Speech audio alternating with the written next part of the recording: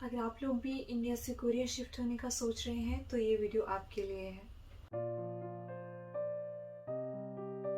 Hello everybody, welcome to my channel. मेरा नाम है चंद्रेश और मुझे कोरिया शिफ्ट हुए ऑलमोस्ट 6 to 7 मंथ्स हो चुके हैं।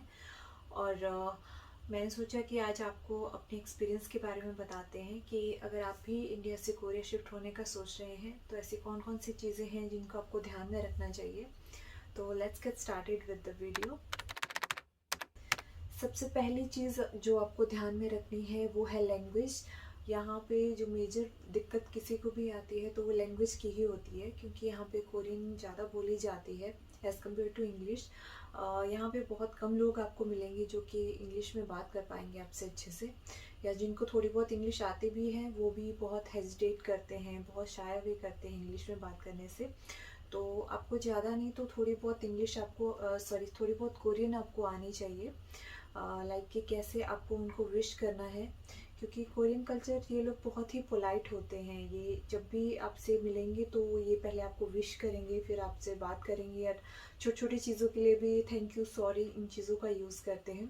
तो आपको बेसिक कि आपको हेलो कैसे बोलना है कोरियन में, एज आपको पता ही होगा बहुत से लोगों को। एन्योंग हासेओ आपको ऐसे वो करके बोलना होता है, वो एन्योंग हासेओ। या फिर जब आपको किसी को थैंक यू बोलना है तो खमसामनिदा। या फिर आपको बाय करना है किसी को, जाते टाइम आप उनको बाय करने जा रहे हो तो आप बोलोगे एन्यू कैसे हो। तो आपको बेसिक ये थोड़ी बहुत कोरियन आपको आनी चाहिए, और ज़्यादा घबराने वाली बात नहीं है। अगर आपको ज़्यादा कोरियन नहीं भी आती है, जैसे मुझे भी नहीं आती है, तो बहुत सारी ऐप्स हैं यहाँ पे जिनका आप यूज़ कर सकते हो, like Papago app, Google translator. But मैं सजेस्ट करूँगी कि आप ज़्यादा पापागो यूज़ करें। नेवर की एक ऐप है, पापागो से आपको इजीली ट्रांसलेट करने में हेल्प मिलेगी और आप अच्छे से कन्वे कर पाओगे जो भी आप उनसे बात करना चाह रहे हो। दूसरी चीज़ जो मैं यहाँ पे मेंशन करना चाहूँगी दैट इज़ फूड। अगर आप मेरी तरह वेजिटेरियन हैं तो आपको यहाँ पे बहुत दिक्कत होने वाली है, क्योंकि यहाँ पे वेजिटेरियन फूड मिलना बहुत ही मुश्किल है। यहाँ पे सब लोग नॉनवेज बहुत खाते हैं, आपको पता ही होगा यहाँ पे कोरिया में। और नॉनवेज में भी ये लोग बीफ, पोर्क, ये सब चीज़ें बहुत खाते हैं। तो अगर आप नॉन वेजिटेरियन भी है तो भी आपको दिक्कत होगी, बट अगर आप वेजिटेरियन है तो आपको ज़्यादा प्रॉब्लम होने वाली है। सो मैं आपको सजेस्ट करूँगी कि आप खुद का खाना खुद ही पकाएं। इससे एक तो आपके पैसे बचेंगे, it will save your money. और दूसरा कि आपको अपने तरीके का, जिस तरह का खाना आप खाना चाहते हो वो आपको खाने को मिल जाएगा, क्योंकि फूड में यहाँ पे वेजिटेरियन वालों के लिए बहुत कम ऑप्शंस हैं। और अगर आप बाहर रेस्टोरेंट में जाओगे तो भी आपको क्या रहता है कि ये सेम ही जो यूटेंसिल इनके रहते हैं वो सेम रहते हैं, और उसी में ये नॉन वेज और वेज को अलग अलग लेयर्स में पकाते हैं कई में। तो आई विल सजेस्ट कि आप खुद ही खाना बनाएं तो ज़्यादा बेटर रहेगा।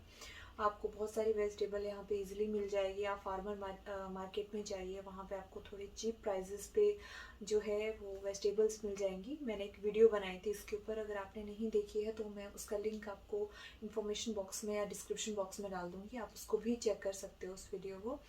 और उसके अलावा आपको फ्रूट्स भी बहुत मिल जाएंगे यहाँ पे। तो अगर आप वेजिटेरियन हैं तो घबराने वाली बात नहीं है, आप खुद अपना खाना पका सकते हैं और वेजिटेबल्स आपको इजीली सही प्राइस पे यहाँ पे मिल जाएगी।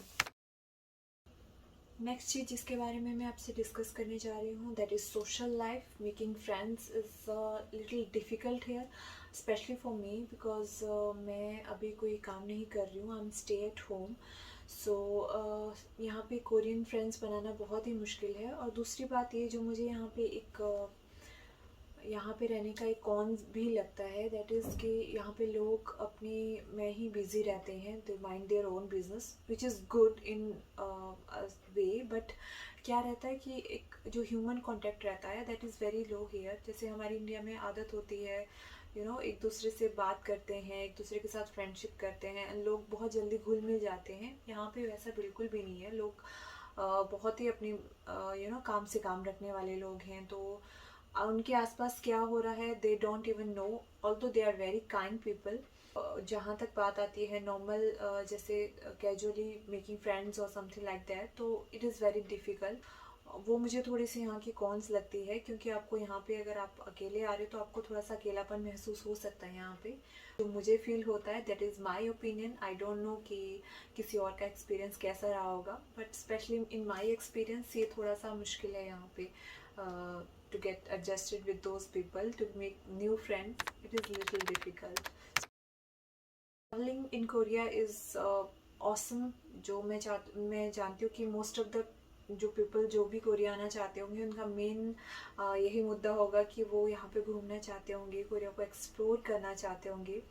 तो for that purpose Korea is the best. Korea बहुत ही ब्यूटीफुल सिटी है, बहुत ही क्लीन सिटी है, यहाँ के लोग बहुत अच्छे हैं। अगर आप यहाँ घूमने का सोच रहे हैं तो you will enjoy it. Even अगर आप यहाँ रहने का भी सोच रहे हैं तो आपको बहुत मज़ा आने वाला है। यहाँ पे बहुत सारे स्पॉट्स हैं घूमने के लिए, बहुत सारी सुंदर सुंदर डेस्टिनेशन हैं। और अच्छी बात ये है कि यहाँ पे ट्रैवल बहुत चीप है। यहाँ पे अगर आप लोगों को टैक्सी भी लेनी हो, टैक्सी भी उतनी ज़्यादा एक्सपेंसिव नहीं है। मैं प्राइस आपको मेंशन कर दूँगी नीचे। उसके अलावा मैं प्रेफर करूँगी कि आप पब्लिक कन्वीनियंस से जाएं तो ज़्यादा अच्छा रहेगा। यहाँ पे सबवे की फैसिलिटी बहुत अच्छी है, बसेस की फैसिलिटी बहुत अच्छी है। यहाँ पे कुछ एक ऐप हैं जैसे कि नेवर ऐप, बसेस के लिए या फिर सबवे के लिए, तो वो आपको एग्जैक्टली आपको बता देगा कि कितने टाइम पे आपको बस यहाँ पे आ जाएगी, कितना टाइम लगेगा वहाँ तक पहुँचने का, और आपको कौन सी बस लेनी है, कौन सी बस नंबर आपको एक डेस्टिनेशन से दूसरी डेस्टिनेशन तक पहुँचाएगी। तो ये बहुत ही कन्वीनियंट है यहाँ पे, और prices are very cheap and you will enjoy here definitely. बहुत सारे लोग वरिड होते हैं दैट इज़ अबाउट द कि लोग कैसे हैं, एंड रेसिज्म तो नहीं होता यहाँ पे। तो मैं अपना पर्सनल एक्सपीरियंस शेयर करने जा रही हूँ, या फिर जितने मैं अपने यहाँ पे लोगों से मिली हूँ, इंडियंस से मिली हूँ, जो मेरे यहाँ पे इंडियंस फ्रेंड्स हैं, तो किसी के साथ भी कोई नेगेटिव ऐसा इंसिडेंट्स अभी तक नहीं हुआ है।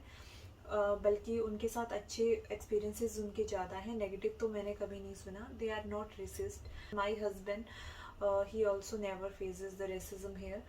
यहाँ के लोग अगर आपको कभी किसी चीज़ की ज़रूरत होती है, आप उनसे हेल्प मांगते हो, तो वो आपकी हेल्प करने के लिए तैयार होते हैं। इवन दो उनको लैंग्वेज नहीं भी आती होगी, तब भी वो by using those app translator के थ्रू वो आपको कम्युनिकेट करने की कोशिश करते हैं, आपकी बात समझने की कोशिश करते हैं। मेरे साथ ऐसा बहुत बार हो चुका है कि कई बार मुझे अकेले कहीं जाना होता है, तो डायरेक्शंस का कई बार आपको पता नहीं चलता है, आप कहीं गुम हो गए, आपको कहीं पूछना है कि कौन सी जगह कहाँ पे सिचुएटेड है, क्योंकि मोस्टली यहाँ पे कोरियन में लिखा होता है। तो अगर आपको किसी गली के थ्रू कहीं जाना है, तो अगर आपको किसी से पूछने की ज़रूरत पड़ती है, तो लोग दे आर वेरी हेल्पफुल। वो जेन्युइनली आपकी हेल्प करते हैं, वो आपकी बात सुनते हैं। इवन कई बार तो वो खुद ही अपना मैप में लोकेशन ट्रैक करके आपको बताते हैं कि आपको इस तरह से जाना चाहिए, और आप ये वाला वे फॉलो करो, और इवन वो आपको घर तक भी छोड़ के आ जाएंगे। कई बार वो लोग इतने जेन्युइन होते हैं, they are very very helpful. मेरे साथ बेबी होता है तो लोग are extra caring, they put efforts. Bus में मैं कहीं जाती हूँ तो अगर मान लो सीट अवेलेबल नहीं है, तो वो लोग स्पेशली मुझे सीट प्रोवाइड करेंगे। इवन सबवे में भी वो लोग सीट प्रोवाइड करते हैं, और वो कम्युनिकेट करने की कोशिश करते हैं, specially old people, even new generation also. अगर उनके पास कुछ खाने पीने की चीज़ है, चॉकलेट है, बिस्किट है, कुकीज़ है, तो वो उसको देने की कोशिश करते हैं, उसको ऑफ़र करते हैं। तो ये बहुत ही काइंड जेस्चर होता है। यहाँ के लोग बहुत अच्छे हैं, एंड अगर आप यहाँ के आने का सोच रहे हैं तो you will not regret it. बहुत अच्छे लोग हैं, और यहाँ पे रेसिज्म एटलीस्ट हम लोग को तो बिल्कुल भी फेस नहीं करना पड़ा, और आई होप आप लोगों को भी नहीं करना होगा। तो इस बारे में आप निश्चिंत रहिए कि यहाँ पे रेसिज्म होता है, ये सब ऐसा कुछ भी नहीं है। वेदर यहाँ पे एक्सट्रीम होते हैं, आई मस्ट से, बिकॉज हम लोग ये माइंड में मान के चलते हैं कि कोरिया है तो बहुत ठंडा होगा, बट गर्मी उतनी ज़्यादा नहीं होगी। बट जब मैं यहाँ आई थी, मैं यहाँ पे जून में आई थी, जब यहाँ पे गर्मी पीक पे थी, तो गर्मी भी यहाँ पे बहुत ज़्यादा होती है। यकीन मानिए, यहाँ पे गर्मी यहाँ पे वैसी वाली गर्मी नहीं होती। यहाँ पे बहुत ह्यूमिड वेदर रहता है, बहुत जैसे कोस्टल एरिया में वेदर रहता है वैसा रहता है। यहाँ पे बहुत ह्यूमिड होता है, वो एकदम से आपकी एनर्जी चूस लेता है वो पूरी, वैसे वाला वेदर रहता है यहाँ पे। और ठंड तो यहाँ पे बहुत ज़्यादा होती है, एक्सट्रीम ठंड होती है। मैं खुद हिमाचल से बिलोंग करती हूँ, और मेरे घर में जहाँ से मैं बिलोंग करती हूँ वहाँ पे काफ़ी स्नोफॉल होती है। तो I have an idea of cold कि कितना ठंडा होता है जब स्नोफॉल होती है, समथिंग लाइक दैट। बट यहाँ पे जो ठंड होती है दैट इज़ डिफरेंट। यहाँ पे बहुत ही ठंडी हवा चलती है। दूसरे वाले वेदर अभी फेस नहीं किया है बिकॉज अभी मुझे इतना ज़्यादा टाइम नहीं हुआ यहाँ पे।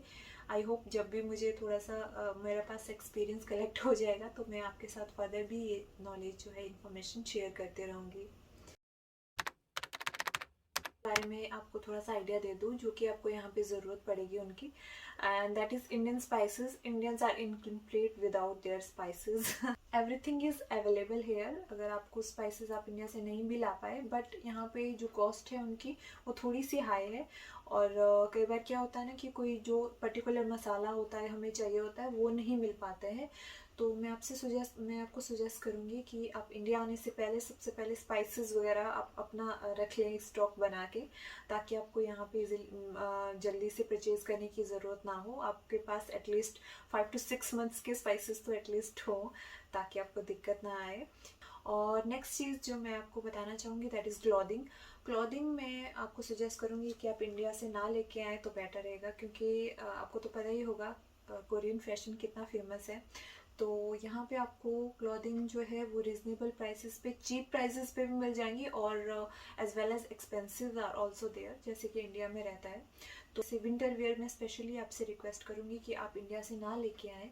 विंटर वेयर की क्वालिटी यहाँ पे ज़्यादा अच्छी है, और यहाँ के जो विंटर वेयर बनते हैं तो यहाँ के वेदर के हिसाब से बनते हैं। जैसे यहाँ पे हवा बहुत चलती है तो पफर जैकेट बहुत काम आती है यहाँ पे, वो विंड्स को रोकती है। तो यहाँ पे ख़रीदने का आपको ज़्यादा फ़ायदा रहेगा एज़ कम्पेयर टू इंडिया से लाने के लिए।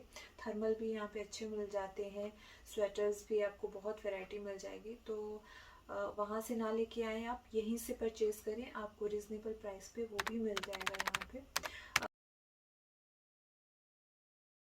मैं आपको थोड़ा सा यहाँ पे एक्सपेंसेस का भी आइडिया दे देती हूँ। Korea is really expensive guys. अगर आप ये मान के चल रहे हैं कि इंडियन करेंसी जो है वो इंडियन करेंसी का प्राइस ज़्यादा है as compare to Korean currency, तो चीज़ें इस तरह से यहाँ पे वर्क नहीं करती हैं। Korea is quite expensive as compare to India. यहाँ पे मेन जो खर्चा आता है that is cost of living, rent का जो आता है वहाँ यहाँ पे वो ज़्यादा खर्चा आता है यहाँ पे एज़ कम्पेयर टू बाकी। और ये पर्सन टू पर्सन वेरी भी करता है एक्सपेंसिव।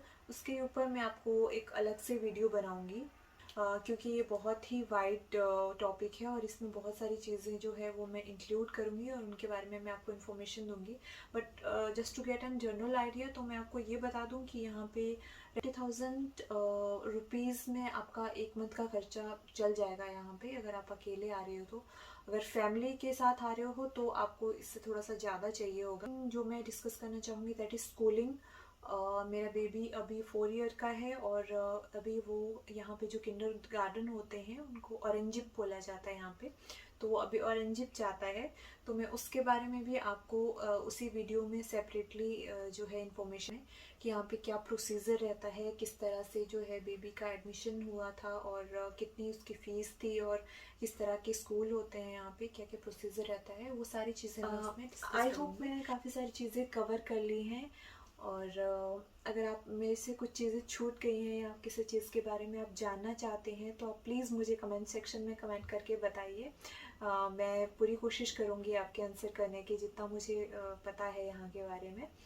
सो आई होप आपको ये वीडियो थोड़ी सी इन्फॉर्मेटिव लगी होगी और अच्छी लगी होगी। अगर आपको मेरी वीडियो पसंद आए तो प्लीज़ लाइक कर देना, और मेरी वीडियो को शेयर कर देना, मेरे चैनल को सब्सक्राइब कर देना। मैं आपसे मिलती हूँ अगली वीडियो में, तब तक अपना ध्यान रखिए। और हाँ, मुझे अगर कोई भी आपके पास सुजेशन है वीडियोस के लिए तो आप प्लीज़ कमेंट सेक्शन में मुझे सुजेस्ट कर सकते हैं। कोई टॉपिक आपके पास है तो मैं ज़रूर उसके ऊपर वीडियो बनाने की कोशिश करूँगी। And until then take care, bye bye.